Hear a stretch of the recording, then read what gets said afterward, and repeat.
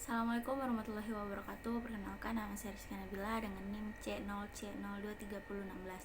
Di sini saya akan mempresentasikan hasil kerja saya, yaitu materi dengan judul penyelesaian sengketa bisnis. Pertama-tama saya akan menjelaskan pengertian dari penyelesaian sengketa bisnis. Penyelesaian sengketa bisnis ini adalah proses penyelesaian konflik atau perselisihan yang timbul dalam hubungan bisnis antara dua pihak atau lebih, seperti antar perusahaan, perusahaan dengan konsumen, mitra usaha, atau investor. Sengketa bisa muncul karena pelanggaran kontrak, hubungan prestasi, persaingan tidak sehat, atau ketidaksepakatan lainnya. Nah, ada beberapa jenis sengketa bisnis. Sengketa bisnis bisa berupa yang pertama, sengketa kontraktual, yaitu pelanggaran terhadap perjanjian tertulis antara pihak-pihak. Terus yang kedua, sengketa non-kontraktual seperti kesalahan, penipuan, atau kelalaian dalam bisnis. Yang ketiga, sengketa kepemilikan terkait saham, aset, atau hak kekayaan intelektual. Dan yang keempat adalah sengketa kemitraan, yaitu perselisihan antara pemilik usaha atau mitra usaha. Metode penyelesaian sengketa bisnis. Nah, metode penyelesaian sengketa bisnis ini ada dua metode. Yang pertama, metode penyelesaian secara non-litigasi atau di luar pengendalian.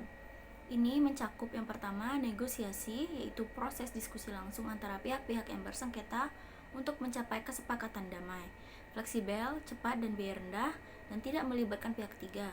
Terus yang kedua, mediasi menggunakan pihak ketiga yang netral atau mediator untuk membantu mencapai kesepakatan. Mediator tidak mengambil keputusan, hanya memfasilitasi dialog dan bersifat sukarela dan rahasia. Yang ketiga, konsiliasi.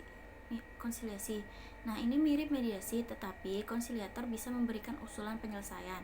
Lebih banyak digunakan dalam hubungan kerja atau internasional. Terus ada arbitrase, yaitu diselesaikan oleh arbiter atau majelis arbitrase yang netral. Keputusan itu bersifat final dan mengikat dan dapat dilakukan melalui lembaga seperti BANI atau Badan Arbitrase Nasional Indonesia. Metode yang kedua adalah metode penyelesaian secara litigasi, yaitu melalui pengadilan. Nah, penyelesaian secara litigasi melalui pengadilan itu yang pertama dilakukan jika cara-cara non-litigasi gagal. Terus yang kedua, proses melalui pengadilan negeri atau pengadilan niaga tergantung jenis sengketa. Yang ketiga, prosedur lebih formal, memerlukan bukti, sanksi, dan mengikuti hukum acara perdata. Dan yang keempat, dapat diajukan banding dan kasasi. Perbandingan metode penyelesaian. Nah, ini ada aspek, yaitu yang biaya negosiasinya rendah dan mediasinya rendah sampai sedang, arbitnya sedang sampai tinggi. Terus untuk waktu, dianya cepat, di negosiasinya itu cepat, mediasinya relatif cepat, dan arbitnya itu sedang. Terus aspek yang sifat putusan, yaitu negosiasinya tidak mengikat, mediasinya tidak mengikat, dan arbitnya itu mengikat. Terus aspek publikasi, yaitu negosiasinya itu rahasia, mediasinya rahasia, arbitnya rahasia. Dan aspek keterlibatan pihak ketiga, negosiasinya adalah tidak, mediasinya iya atau mediator, terus arbitnya iya bagi arbiter. Proses umum penyelesaian sengketa bisnis ini yang pertama adalah identifikasi sengketa, yaitu mengetahui pokok masalah dan pihak yang terlibat. Yang kedua, pemilihan metode, yaitu disepakati bersama, bisa berdasarkan perjanjian sebelumnya.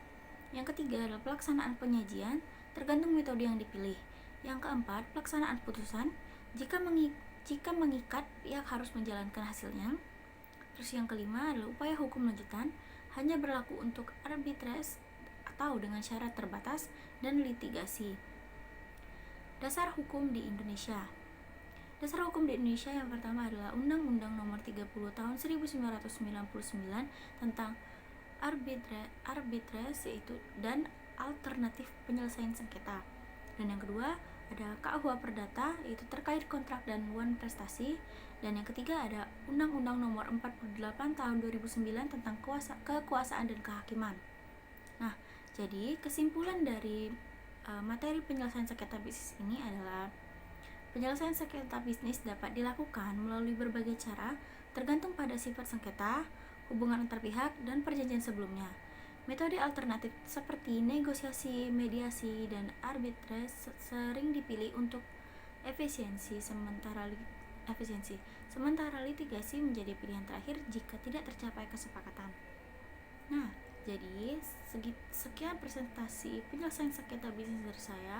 Bila ada salah kata saya mohon maaf. Wassalamualaikum warahmatullahi wabarakatuh.